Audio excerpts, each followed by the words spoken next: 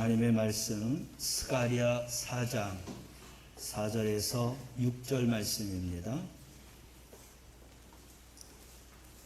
스가랴 4장 4절에서 6절 말씀입니다. 찾으셨으면 아멘. 말씀을 함께 봉독합니다.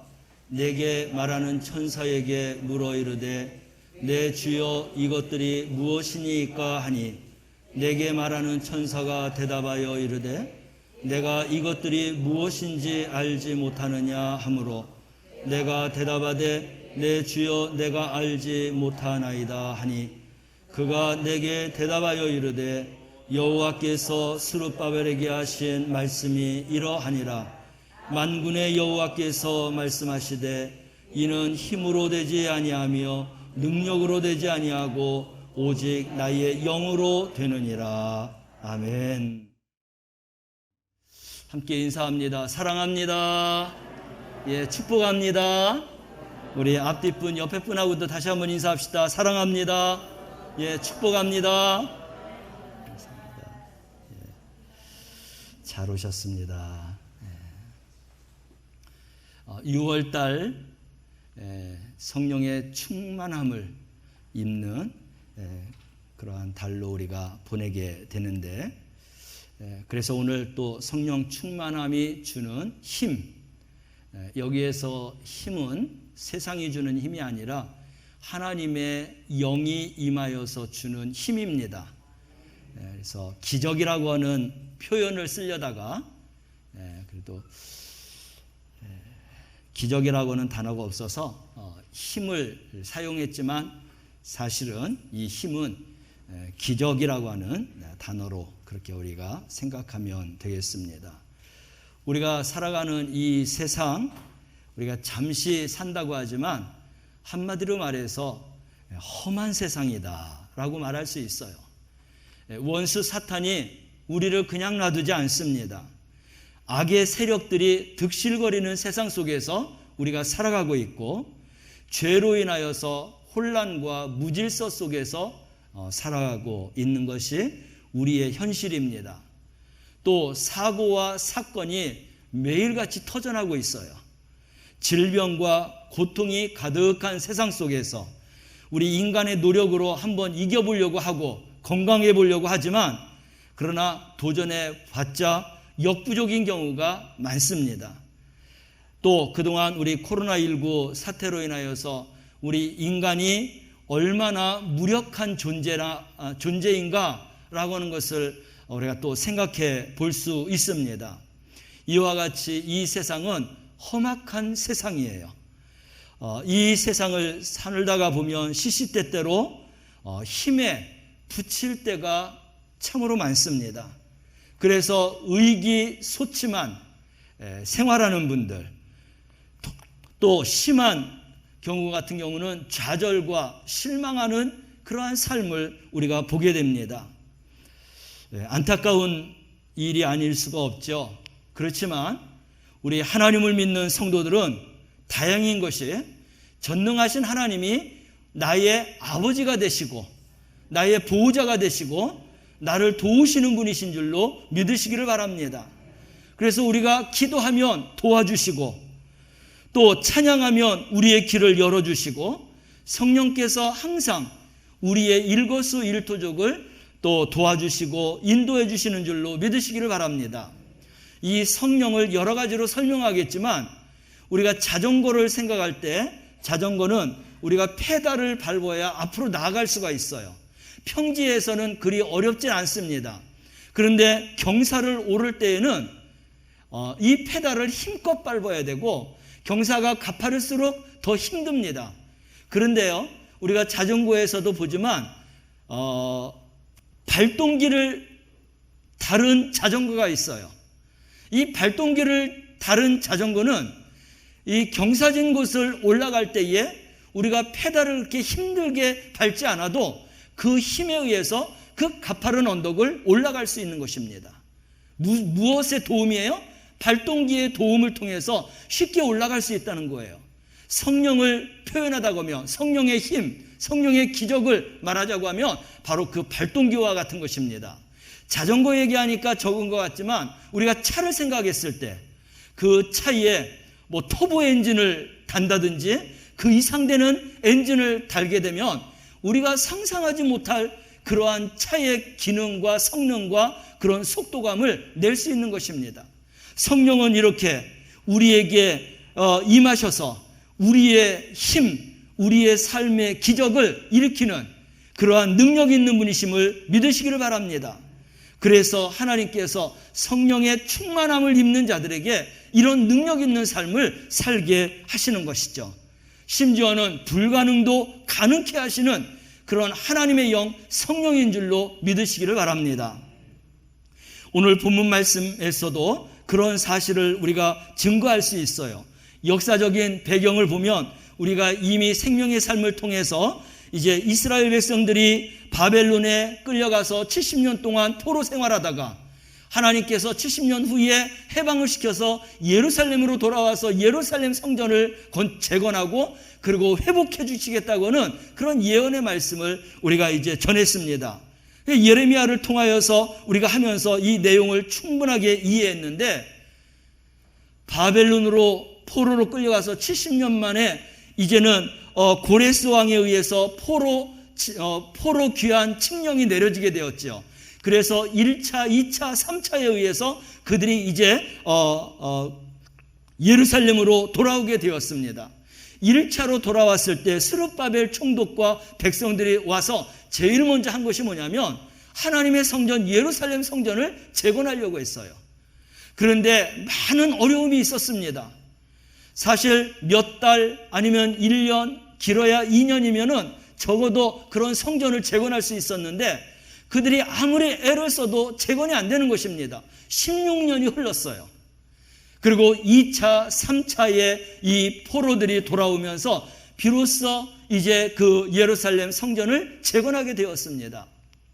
여기서 말하고자 하는 것은 뭐냐면 어떤 일을 시작할 때도 힘들지만 시작해놓고 중간에 포기했다가 그것을 다시 시작하는 것은 어려운 문제라는 거예요.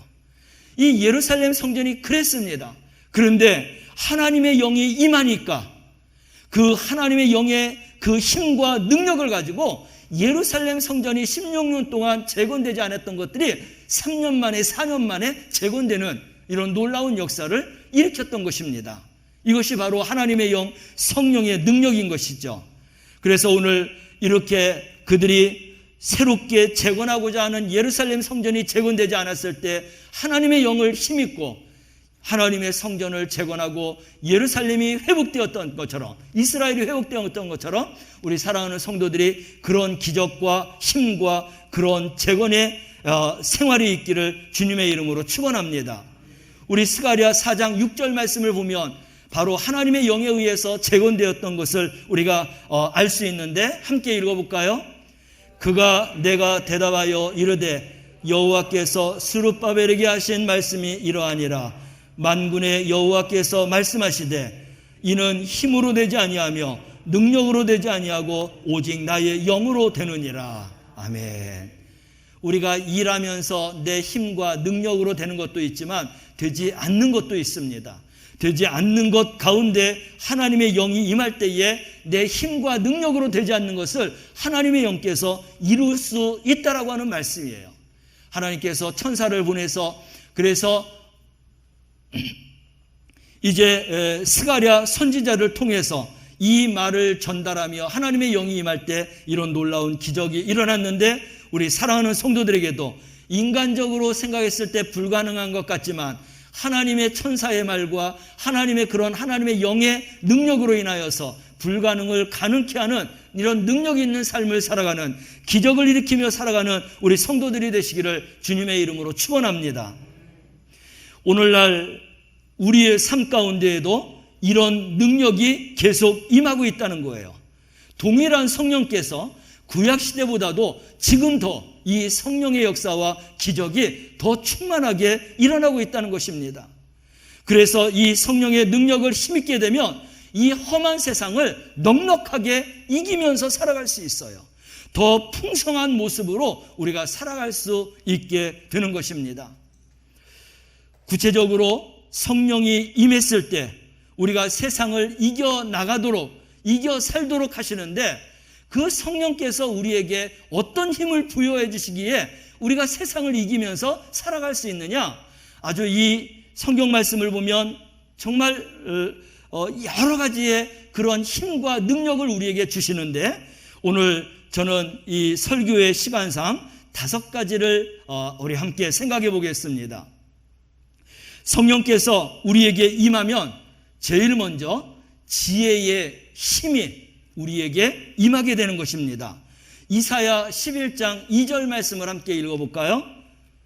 그의 위에 여호와의 영, 곧 지혜와 총명의 영이요 모략과 재능의 영이요 지식과 여호와를 경외하는 영이 강림하시리니, 하나님의 영이 우리에게 임하게 되면 그 영을 따라서 우리에게 주시는 그러한 힘이 있는데, 무엇냐? 지혜, 총명, 모략, 재능, 지식, 그리고 여호와를 경외하는 이러한 힘과 능력을 우리에게 주신다라는 것입니다. 우리가 이러한 모든 것을 받기 위해서 하나님의 영, 성령에 충만한 자가 되시기를 바랍니다. 하나님의 영은 성령을 가리키는 거예요.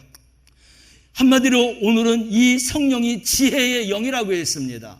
이 지혜를 다시 한번 다른 말로 표현한다고 하면, 이 지혜는 창조라고 말할 수 있어요.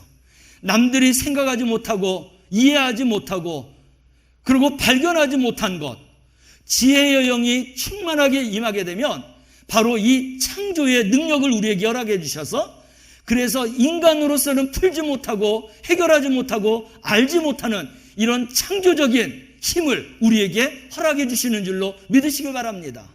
성령을 받게 되면, 그래서 어떤 문제가 맞닥뜨린다 할지라도, 불가능한 것 같은 문제가 있다 할지라도 하나님이 주시는 그 지혜의 영으로 그 모든 것들을 바라볼 수 있게 하고 풀어갈 수 있게 하고 능히 그것을 우리가 감당할 수 있게 하시는 하나님의 능력이 임하게 되는 줄로 믿으시길 바랍니다. 우리 사랑하는 성도들에게 바로 이러한 불가능과 같은 능력까지도, 불가능과 같은 문제까지도 이것을 다 해결할 수 있는 그러한 능력을 힘입고 살아가는 우리 성도들이 되시기를 주님의 이름으로 축원합니다.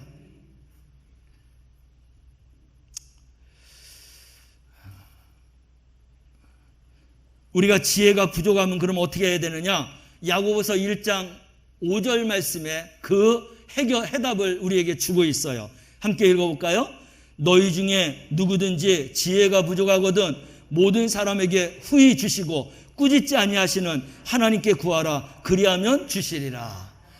내가 계획하고 내가 생각하는 것, 내 앞날에 대한 설계하는 것, 이것들이 이루어지지 아니하고 그리고 해결되지 않았을 때 우리는 어떤 방법을 통하여 해결하느냐? 하나님 앞에 나아가서 내 지혜가 부족하기 때문에 나에게 지혜를 후히 주시고 꾸짖지 아니하시는 하나님 앞에 구하시기를 바랍니다. 그러면 주시리라고 말씀하고 있습니다. 그래서 환경 탓하지 말고 사람 탓하지 말고 또 어떤 상황을 탓하지 말고 하나님이 지혜를 주시면 불가능한 것 같은 문제 속에서도 그 문제를 해결하게 해주시는 능력이 많으신 하나님의 영을 힘입고 살아가는 우리 성도들이 되시길 바랍니다. 성령을 부어주실 때 풍성한 지혜를 주시고 우리에게 풍성한 삶을 살아갈 수 있는 은혜를 허락하시는 이러한 힘을 잊고 살아가는 성도들, 우리 성령의 사람들이 되시기를 주님의 이름으로 축원합니다. 두 번째는요, 성령이 임하게 되면은 평안의 힘이 우리에게 임하게 되는 것입니다. 우리가 인생을 살다 보면 이 현실이 얼마나 무서운지 모릅니다. 그래서 그 현실 앞에서 우리가 주눅이 들어요. 또 지레 겁을 먹습니다. 또 주저앉아 일어나지 못하는 그런 상황들을 우리가 만나게 됩니다. 그런데 우리 예수님께서 그런 상황에 있는 사람들에게 주시는 그런 은혜가 있었는데 그것이 뭐냐? 예수님이 부활하고 난 다음에 만나는 사람들마다 우리 예수님이 첫 인사가 있어요. 어떤 인사를 했어요? 평안할지어다. 이 평안의 축복을 받고 살아가시길 바랍니다. 그들이 예수님처럼 잡혀서 십자가에 달려서 그렇게 죽을까봐, 또 잡혀가서 해코지 당할까봐 그들이 모두가 다 도망가지 않았습니까? 문을 걸어 잠그고 그리고 꼼짝하지 않았습니까? 그런데 우리 예수님을 만나면서 예수님께서 그들에게 평안의 은혜를 주시고 평안의 힘을 주시고 평안의 그런 이제 삶을 그들에게 주시니 그들이 나와서 예수 그리스도가 사셨다, 부활하신 주님을 증거하고 선포하고 살아가는 그런 사도가 되고 그런 성도들이 된 줄로 믿으시길 바랍니다. 우리도 마찬가지예요. 이러한 평안의 삶을 살아가는 것, 이것은 바로 성령을 받은 자들만이 살아갈 수 있는 것입니다. 요한복음 20장 19절 그리고 22절 말씀을 함께 보겠습니다. 이날 곧 안식 후 첫날 저녁 때에 제자들이 유대인들을 두려워하여 모인 곳의 문들을 닫았더니 예수께서 오사 가운데 서서 이르시되 너희에게 평강이 있을지어다. 22절입니다. 이 말씀을 하시고 그들을 향하여 숨을 내쉬며 이르시되 성령을 받으라.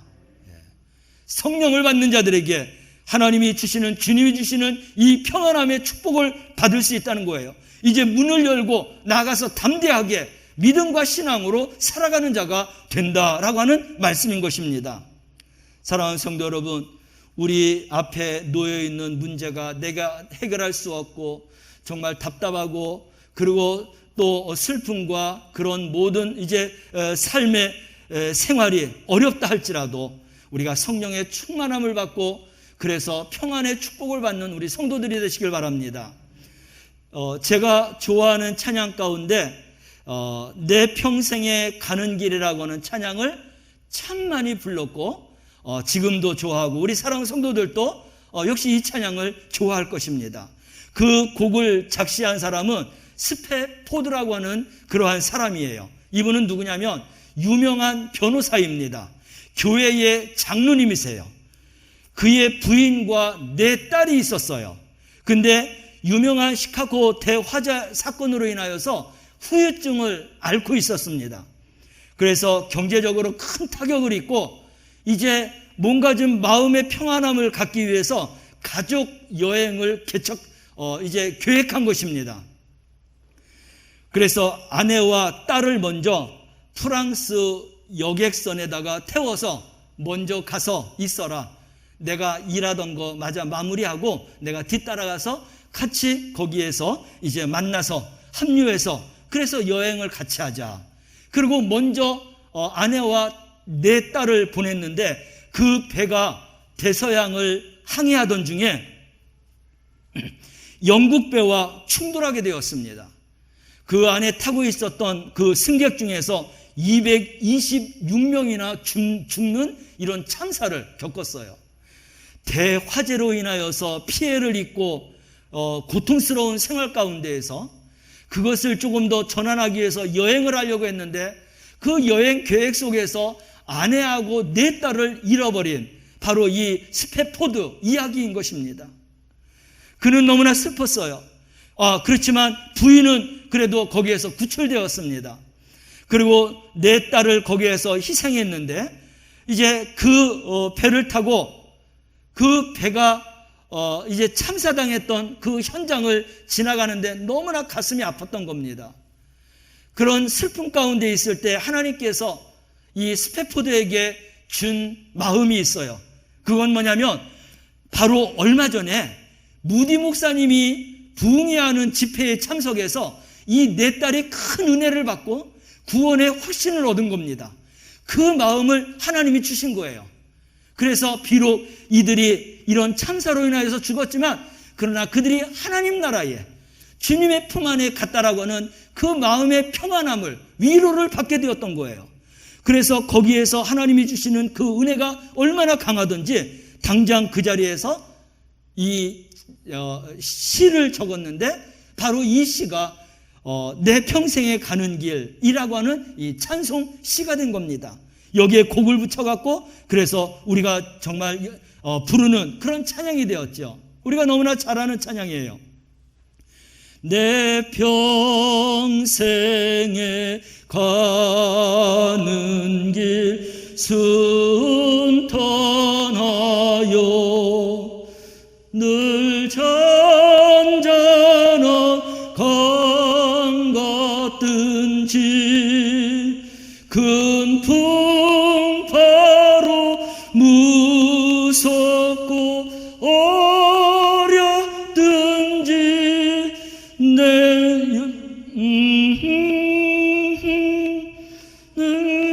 편하다 내 영혼 평안해 내 영혼 평안해.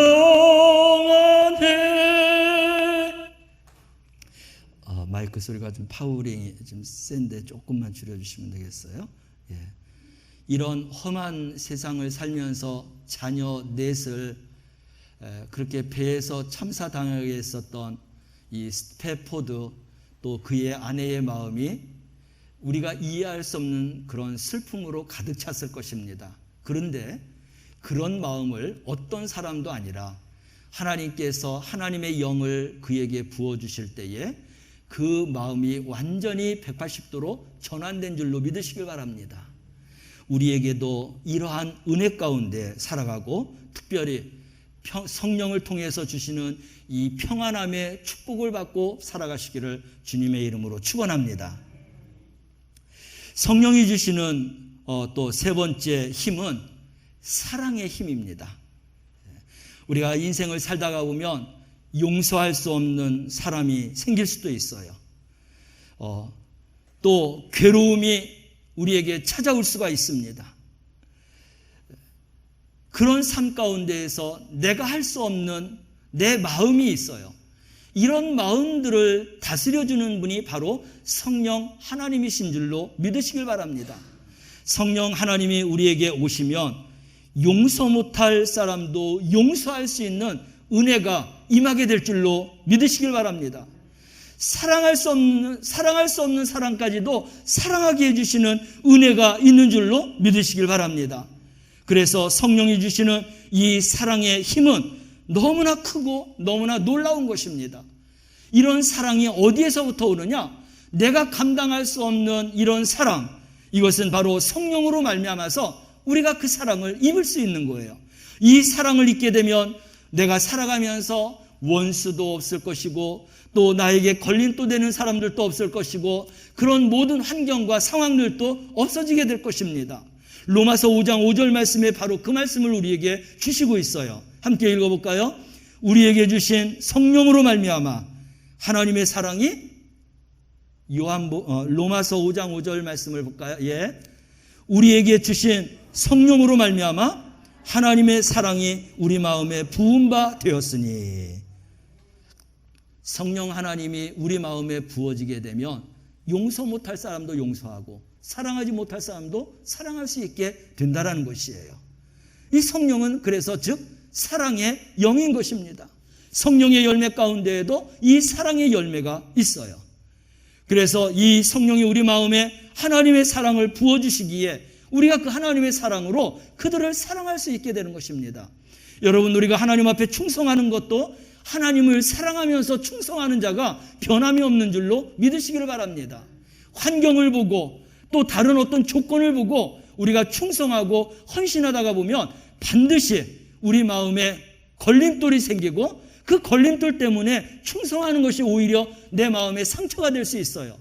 그렇지만 우리 주님의 하나님의 그 사랑을 잊고 주님의 십자가의 사랑을 잊고 충성하는 자들은 절대로 어떤 환경이나 사람에 의해서 상처를 입지 않습니다. 끝까지 하나님을 사랑할 수 있어요. 끝까지 하나님 앞에 충성할 수 있게 되는 것입니다. 그래서 내가 하나님을 예배하고 하나님 앞에 충성하고 헌신하고 내 사명을 감당하는데 하나님의 사랑을 잊고 하는지 하나님을 사랑하고 하는지 아니면 어떤 환경과 조건을 생각해서 내가 하고 있는지 그것을 우리가 판단하고 우리가 충성하고 사랑해야 되는 거예요. 여러분, 중국 선교의 아버지라고 부르는 분이 허드슨 테일러라고 하는 분이십니다. 그분은 중국에서 무려 51년 동안 선교를 했어요. 그리고 그분의 손에 의해서 800명의 그런 중국 선교사가 세워졌고 파송이 되었습니다. 중국 문화를 사랑했고 중국에 사는 선교사로 사는 동안에 중국 옷만 입고 그렇게 생활했어요. 그러니까 그 제자들이 이 허드슨 테일러를 볼 때에 얼마나 중국을 사랑하고 얼마나 많은 그런 이제 중국을 사랑하는지 그들이 이제 알게 되었던 것이죠. 그렇게 생각을 했어요. 근데 어느 날 하루 이 허드슨 테일러가 제자들을 불러놓고 젊은이들에게 묻는 것입니다. 여러분들은 왜 선교를 감당하고 있습니까? 라고 물었습니다. 그들이 거침없이 대답하는 겁니다. 우리 이 나라가 황무지와 같은 곳입니다. 그래서 이 중국 땅에 교회가 세워져야 되고 하나님의 복음이 전해져야 되는 것입니다. 그것을 위해서 우리는 선교해야 되는 것입니다. 라고 이야기하는 것입니다. 그리고 그 젊은이들이 허드슨 테일러 선교사에게 오히려 이번에는 질문하는 겁니다. 선교사님은 어떻게 이렇게 중국에서 오랫동안 이렇게 선교 생활을 할 수 있습니까? 라고 하는 것입니다. 그랬더니 이 허드슨 테일러가 빙그레 웃으면서 이런 이야기를 합니다. 나는 아닙니다. 중국이 사랑스러워서도 아니고 이곳 생활이 즐거워서도 아닙니다. 모래바람이 일고 미개한 사람들이 살고 있는 이곳이 나에게 뭐 그리 좋겠습니까? 그럼에도 불구하고 내가 중국 선교를 위해서 목숨을 바치려고 하는 것은 내가 하나님으로 인하여서 십자가의 사랑을 깨달았기에 십자가의 사랑을 내가 실천하는 것입니다. 라고 했다는 거예요. 하나님 앞에 받은 그 사랑을 가지고 하나님 앞에 그대로 선교한다라는 거예요. 중국 사람 바라보는 것도 아니고 그 미개한 사람 바라보는 것도 아니고 하나님을 바라보고. 여러분 우리가 신앙생활할 때 하나님을 바라보고 신앙생활해야 마음에 상처를 입지 않아요. 좌절하지 않아요. 실망하지 않아요. 끝까지 갈 수 있습니다. 결국 이 허드슨 테일러는 중국에서 죽음을 맞이하게 됐어요. 순교했다라고도 말할 수 있겠죠. 여러분 이게 하나님의 사랑이에요. 나에게 조건이 좋아서 나를 잘 대해줘서 나하고 코드가 맞아서 나하고 성격이 같아서 생활과 취미생활이 같아서 사랑하고 좋아하는 게 아니라 하나님의 받은 그 사랑이 너무나 감사하고 십자가에서 올리신 그 주님의 그 사랑이 너무나 감사하고 해서 그 받은 사랑을 나누고 베풀고 내가 그 사랑을 실천하는 그 삶을 통해서 살아가는 것이 진정한 사랑의 사람인 줄로 믿으시길 바랍니다. 저는 이렇게 깨달았어요. 언젠가도 말씀을 드렸지만 하나님, 이 세상에 남자와 여자가 구분 안 됐으면 좋겠어요. 하나님 앞에 받은 그 사랑이 얼마나 감사한지 모두를 똑같이 사랑하고 싶은데 남자를 사랑하는 것과 여자를 사랑하는 것을 분명하게 구분해야 돼요. 하나님 앞에 받은 그 사랑을 똑같이 사랑하다가 보면 사람들이 오해를 해요. 내가 이성적인 사랑으로 사랑하는 줄 알고 나는 그게 아닌데 하나님이 나를 구해 주시고 나를 사랑해 주시고 영원한 생명까지 약속해 주신 그 은혜가 너무나 감사해서 그 사랑을 가지고 대하는데 그렇게 해야 된다는 것이죠. 사랑하는 성도 여러분, 하나님이 주신 사랑, 그 사랑은 성령이 임할 때에 우리에게 그 사랑이 임하는 줄로 믿으시길 바랍니다. 우리 사랑하는 성도들이 바로 이 하나님의 사랑 가운데에서 살아가면서 인간관계에서 승리하는, 모든 환경에서 승리하는 우리 성도들이 되시기를 주님의 이름으로 축원합니다. 우리 하나님은 거룩하신 하나님이에요. 그래서 성령이 임하면 우리가 거룩한 삶을 살기 위해서 애쓰고 노력하게 되는 것입니다. 내가 거룩하니 너희도 거룩하라고 말씀하셨던 우리 하나님처럼 그런 거룩한 삶, 성결한 삶을 위해서 우리가 부단히 애쓴다라는 것이에요.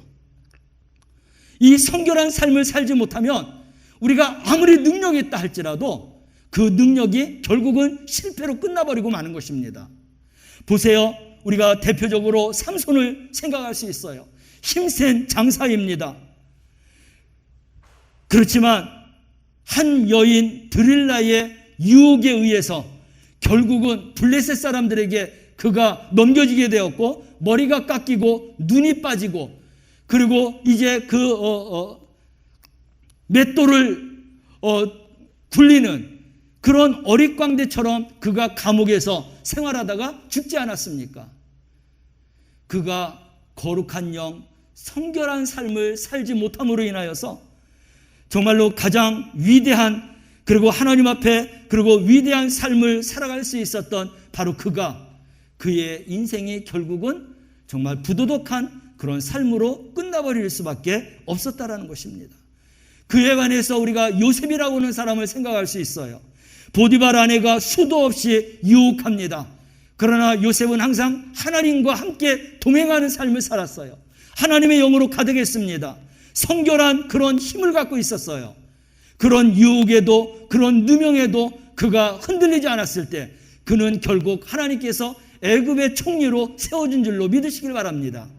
성령 하나님은 우리가 성령 안에서 살아갈 때 우리의 삶을 소금과 빛으로 우리의 삶을 인도해 주시는 줄로 믿으시길 바랍니다. 마지막으로 성령이 임하게 되면 우리는 기적의 삶을 살아갈 수 있게 되는 것입니다. 우리가 인생을 살다 보면 때때로 기적이라도 일어났으면 좋겠다 하는 생각을 갖고 살아가요.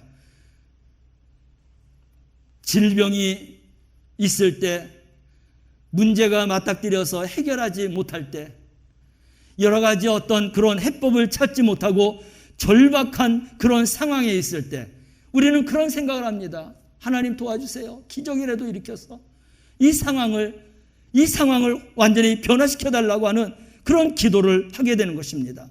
그런데 정말 기적이 일어나는 사건이 일어난다는 것입니다. 하나님은 우리에게 성령이 임할 때 이런 놀라운 기적을 일으켜 주셔요. 표적과 기사가 바로 하나님의 영이 임할 때 나타난 줄로 믿으시기를 바랍니다. 성령이 충만한 자들에게 이런 기적의 영이 임하게 된다는 것이에요. 로마서 15장 19절 말씀을 함께 읽어볼까요? 표적과 기사의 능력으로, 성령의 능력으로 이루어졌으며. 아멘. 표적과 기사가 성령의 능력으로 이루어진다는 것입니다.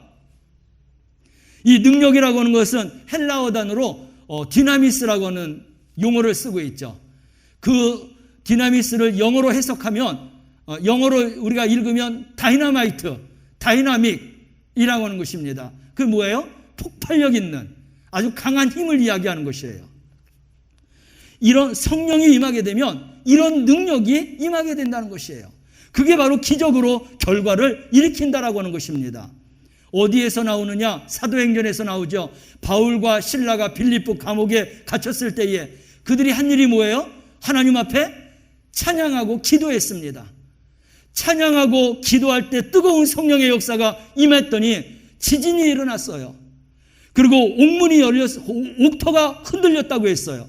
그리고 옥문이 열렸고 그들이 차고 있었던 이 차고가 다 풀려졌다고 했습니다.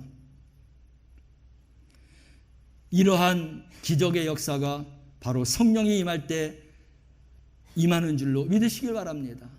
우리가 하나님 앞에 기도할 때, 하나님을 찬양할 때, 말씀의 언약을 믿고 우리가 전진해서 나갈 때 우리에게도 동일한 역사와 기적이 일어나게 될 줄로 믿습니다. 오늘 지금도 미국에서 살아서 활동 중이고 있는 빅토리아 알렌이라고 하는 이 여인에 대한 간증을 좀 드리고 싶어요.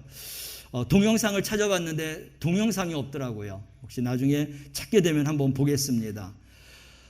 이 여인은 11살 때 희귀 질병, 횡단성 척수염, 급성 전염 뇌 척수염이라고 하는 질병을 앓으면서 식물인간이 되었습니다.